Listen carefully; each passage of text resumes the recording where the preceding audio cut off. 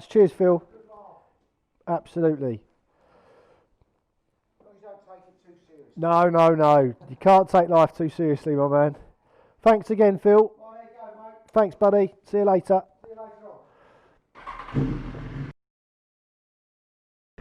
So today I am reducing my sag. My saggy sag.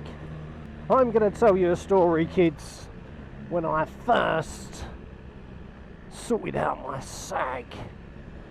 And there's a lot of I don't know, concern's probably the wrong word. There's a lot of emphasis around. What are you doing, fuckstick? Thank you. Thank you. Please they let me go. So there's a lot of emphasis around suspension and setting it up and all that sort of stuff.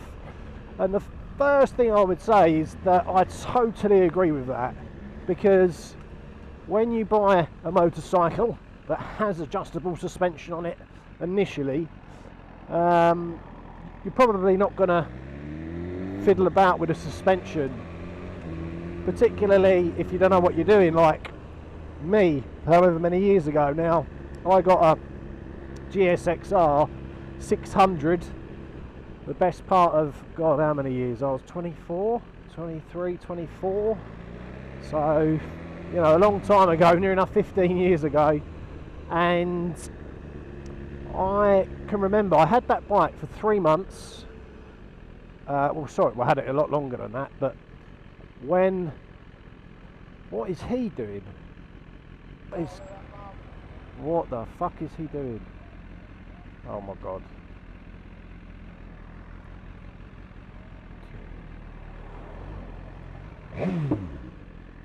What a fucking prick. You can just tell he's an absolute cock muncher. Completely sidetracked then. So I had a Suzuki GSXR 600, rode it to Germany, went on a Nürburgring, and yeah, this is back in a day when I didn't really know anything about motorcycling. Well, that's a lie. I did know quite a lot about motorcycling, but I didn't know like the suspension. That it just wasn't actually on my list of things to do. And then because I went to the Nürburgring, I thought to myself, do you know what? You know, I'm pretty much as good as Valentino Rossi, Marquez, all those sort of usual suspects. Well, Marquez wasn't riding then, but you get the point. So I've done another track day at Brands Hatch, and there's a guy there who, I can't remember how much he charged me now, but he set up the suspension on my GSXR 600. And I can remember getting back on that motorcycle, and it was a different bike, and it completely changed my riding. Like, it was like night and day difference, and I couldn't believe it. And it made me such a better rider, having the suspension dialed in to your like weight and the way you ride. I mean, it is just night and day, completely night and day.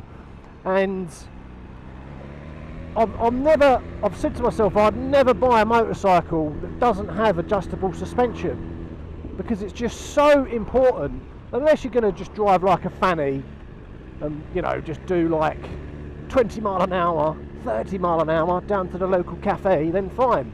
But if you ride hard, or you like to have a little bit of a fun time, I would say you know, you need adjustable suspension. So ever since then I've been playing around with screws, and, you know, my Triumph Speed Triple, that's another reason that I got that bike, because it had adjustable suspension. I could play around with the little doodahs and the shimmy shammies, and again, that was just so awesome the way that handled. And I remember when I picked up my last Speed Triple, I drove it, or rode it away from the guy I bought it from, and it was like being on a bouncy castle. It was just horrible. So, but as soon as I adjusted, literally I probably rode it down the road by, I don't know, 15 minutes. I literally got down the road, got the screwdrivers from underneath the seat, and I started playing around with the suspension immediately, and yeah, it completely transformed the bike. And if you're like me and if you look online and you're doing all of the research and you're looking at the suspension and all that sort of stuff, you do need to know what you're doing. You can get to a point of where you can just play around with it, but I'm like, look, for the sake of 50 quid, which is costing me, this is how much this bloke's charging me to set up the preload for me, like, at least I know the bike's set up for my weight. And then what I can do is I can play around with the rebound and the compression and all that sort of good stuff, which is electronic on this bike, later on.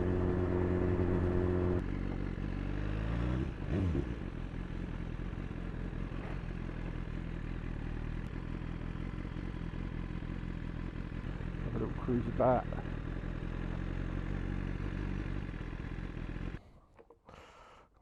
There we go.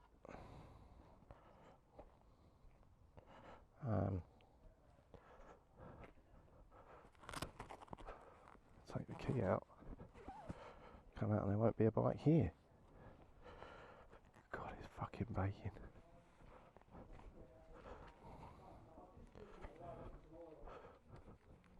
Hello?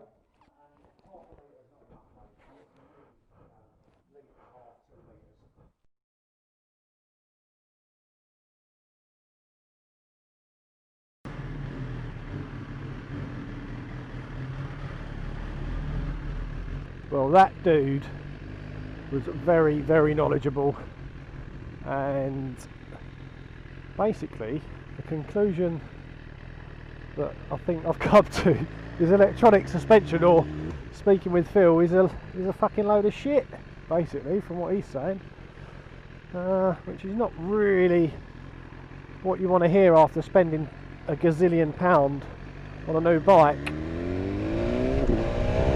So I was just with Phil there, and I've spent probably about, how long, I don't know, maybe an hour and a half with him, talking about motorbikes and suspension and tyres and all that sort of stuff. And the guy, well, I don't know if you saw, well, that camera picked it up, but you know, he's a mature gentleman, to say the least, and you know, I would say, if I'm guessing, he's probably mid-50s, and he's been riding bikes since he was at school, track days, blah blah blah. So the reason I say that is he's got a lot more experience than me, and probably, well, I believe, somebody worth listening to. And the conclusion is, I mean, he's kind of right with the electronic suspension. You know, we're trying to sort of get it set up on this bike, particularly the front, and apparently the preload here, there isn't any preload on the bike. It's kind of already done, apparently, he said, so you can't really do anything with it. I don't know if that's wrong or right. I mean, that's why I went to, really, to get some advice. So I'm interested to hear from you, as always. You know, would you like to reduce your sag? Have you got a saggy bike? I'm interested to hear from you. Thank you so much for watching, and yeah, I'll see you in the next one.